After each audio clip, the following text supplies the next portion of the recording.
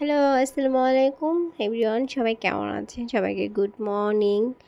তো নতুন আরেকটি সকালের শুভেচ্ছা সবাইকে। বৃষ্টিময় সকালের এত বৃষ্টি হচ্ছে যে আর কি বলবো। এখন আর বৃষ্টি ভালো লাগতেছে না। দেখেন এইদিকে আমি বিছানাটা গুছিয়ে নিলাম, নিয়ে হেলো আপু ঘরটা মুছে দিয়ে গেল। তারপরও দেখেন বৃষ্টি হয়ে আবার সব নোংরা করে রেখে গেল।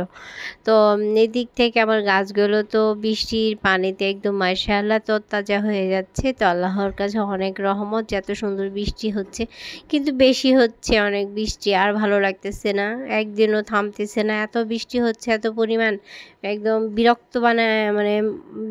মানে কি বলবো, বেশি কিছু বলে না যে ভালো লাগে, কিন্তু বেশি কিছু ভালো লাগে না সেরকম একটা। কিন্তু কিছু তো বলার নাই, আমি তো আর থামাইতেও পারবো না, কিছু বলতেও পারবো না। মহান আল্লাহ তাআলা যেটা ভালো লাগবে সেটাই তো করবে, তাই না?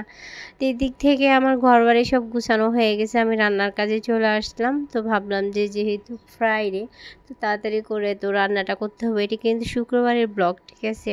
আপনাদেরকে একটু দেরি হলো দিতে দিতে, মানে আসলে ভয়েসটা দেওয়া হচ্ছিল না, এতটাই শরীরটা খারাপ ছিল।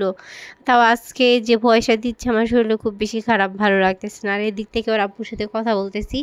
তো সবজি নিয়ে আসছে, মিষ্টি কুমড়া, যে পটল বেগুন। বাসায় মেহমান আসবে, মেহমান বলতে তেমন কেউ না, আমার ভাই আসবে আর আমার ভাইয়ের বউ আসবে, এই তো। তো তো যেহেতু বৃষ্টি পড়ছে সেহেতু তো খিচুড়ি খাবে।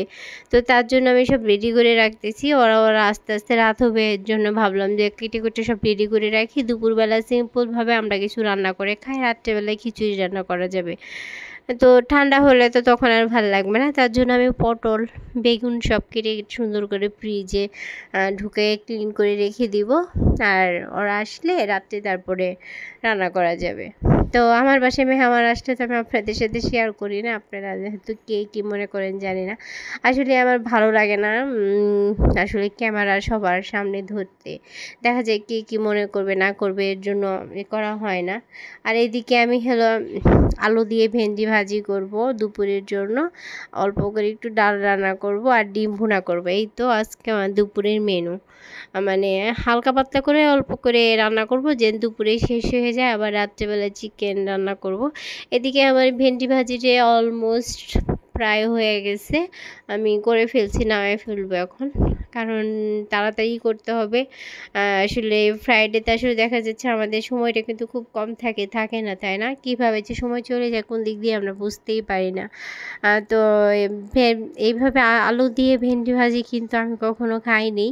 তো হঠাৎ করে না কেন জানি মনে হলো করি, অনেকেই দেখে করি, বাট আমি কখনো করিনি। তো এত মজা লাগে খেতে, খালি ভেন্ডি ভাজি খাওয়ার থেকে আলু দিয়ে ভেন্ডি ভাজি করে গরম গরম ভাতের সাথে কিন্তু হেভি লাগে। আর এইদিকে দেখেন আমার মেয়ে ছিলতেছে এলো ডিম।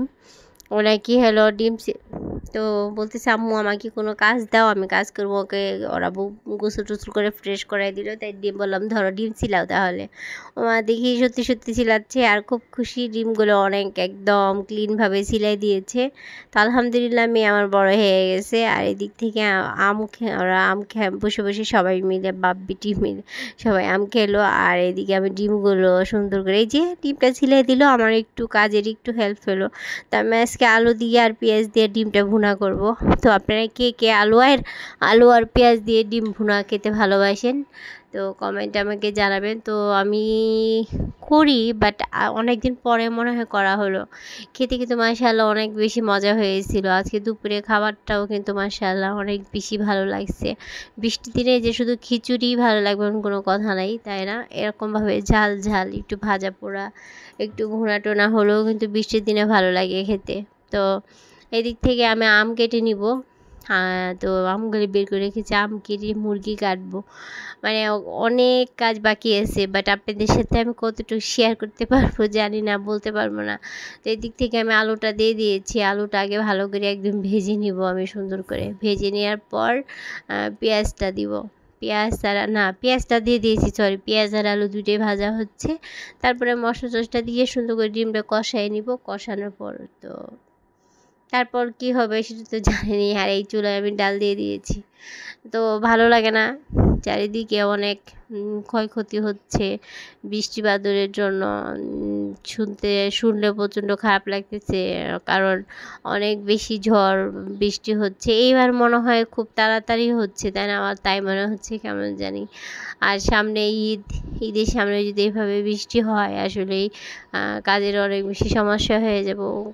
তা মানে আমি সেই চিন্তাটাই করছি যে কুরবানি দেওয়ার সময় কিন্তু খুব সমস্যা হয়ে যায়। এই রুমটাও আমি গুছাই নিয়েছি এদিক থেকে, আর বৃষ্টি এত সব শেষ করে দিল। গুছাইলো কেমন জানি ঘর বাড়ি, কেমন একটা ভিজা ভিজা কেমন লাগতেছে, ভালো লাগতেছে না।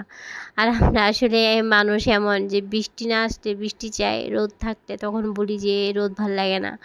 এখন শুধু রোদ চাচ্ছি। আর আমার এত কাপড় চোপড় জমে গেছে, চাদর বিছানার, এগুলো সব ধুইতে হবে, কিন্তু রোদের জন্য ধুইতে পারতেছি না। আমি অনেক কাজ পড়ে আছে আমার, কোনো কিছুই করা হচ্ছে না বৃষ্টির জন্য। কারণ ঈদের সামনে তো খুব বেশি দেরি করা যাবে না সব কিছু করে। আর ঈদের নাই তো, আর আজকে হলো সোমবার, কয়েকদিন আসছে মাত্র। আর এই দিক থেকে আমার আম্মুটাকে গোসল করে দিয়েছি, আরেকদিন রাগ করে শুয়ে আছে ননি। মানে দুই বোনে সারাক্ষণ ঝগড়া করে, এদের ঝগড়া ছাড়া মানে লাইফে মনে হয় যে আর কিছু নাই। ঝগড়াটা এদের সব এত মারামারি ঝগড়া করে দুইজনে। তো আমি এদিক থেকে আলু দিয়ে গেছিলাম, দিয়ে দেখতে গেছিলাম যে ওরা কী করে। তো সেদিকে আমার আলুটা সুন্দর একদম হয়ে গেছে। তো আমি এখন সব মশলা টশলা দিব, দিয়ে সুন্দর করে কষাই নিব। কষাই তারপর একটু পানি দিয়ে তারপর ডিমটা দিয়ে দিব। আর এর মধ্যে কিন্তু আমি গরম মশলা দিয়ে দিব, কয়েকটু গরম মশলা, যেমন এলাচ, একটু তেজপাতা, একটু দারচিনি দিলে একটু ভাল লাগবে খেতে, তাই না? ডিমের মধ্যে তো অলরেডি আমি দিয়ে দিয়েছি। তো আমি একটু ভাজা ভাজা করে নেব। আর আপনারা কে কোথায় ঈদ করতেছেন? যারা ঢাকায় আছেন, ঢাকা থেকে কি সবাই বাড়িতে চলে গেছেন কিনা? এখনও তো দেখা যাচ্ছে ওদের স্কুলটা এখনও ছুটি দেয়নি। তা আমাদের কোথাও যাওয়ার প্ল্যান নাই। আমরা তো বরাবর ঢাকাতেই ঈদ করি। তো রোজার ঈদটা বাবার বাড়ি করছিলাম, তো আর এবার আর যেতে চাচ্ছি না, কারণ জার্নি করতে না আর ভালো লাগে না। আর আমার মেয়ে দুটি একদমই জার্নি করতে পারে না, খুব কষ্ট পায়। তো ভাবছি যে এখানেই থাকবো। আর যেহেতু আমরা ঢাকাতেই কুরবানি দিই, এজন্য ঢাকাতেই দেওয়া হবে, তো কোথাও যাওয়া হবে না। আর ঈদের পরে যাওয়ার কথা ছিল, তারপরও জানি না যাবে কি না, বলতে পারবো না এখন। সেটা ঈদের পরে দেখা যাবে। আর এদিক থেকে আমি আম কেটে রাখলাম। আমি কিন্তু আম এইভাবে কেটে ফ্রিজে রেখে দিই, তাহলে কি হয়, মানে যেহেতু বাচ্চারা আছে, ছোটো ছোটো বাচ্চা, যে ওরা খেতে চাইলে যখন ইচ্ছে তখন বের করে দেওয়া যায়। আর তা না হলে দেখা যায় যে ছিল এই করে সেই করে, খুব বিরক্ত লাগে ওই জিনিসটা আমার। এদিক থেকে হলো আমি আরও 2টা ডিম সিদ্ধ দিছি। আমার ডিম মনে হয় কম পড়ে যাবে, আর ডিম ভুনার মধ্যে দিয়ে দিতে হবে। আমার ডালটা হয়ে গেছে, ভেন্ডি ভাজি হয়ে গেছে, মানে মোটামুটি আমার প্রায় সব কাজই হয়ে গেছে। এখন শুধু আমার মুরগিটা কাটলেই হয়ে যাবে। এই তো আমার ডিম ভুনা অনেক লোভনীয় হয়েছে না? খেতেও কিন্তু মাশাআল্লাহ অনেক বেশি মজা হয়েছিল। আপনারা কিন্তু এভাবে ট্রাই করে খেতে পারেন। হয়তো অনেকেই খান, আবার অনেকেই খাননি, এই জন্য বললাম। তো দুপুরবেলার লাঞ্চটা আমি এখন আমার মেয়েকে দিব, ছোটো মেয়েকে। ওকে লাঞ্চটা দিয়ে ওর পাপা খাওয়াই দিব।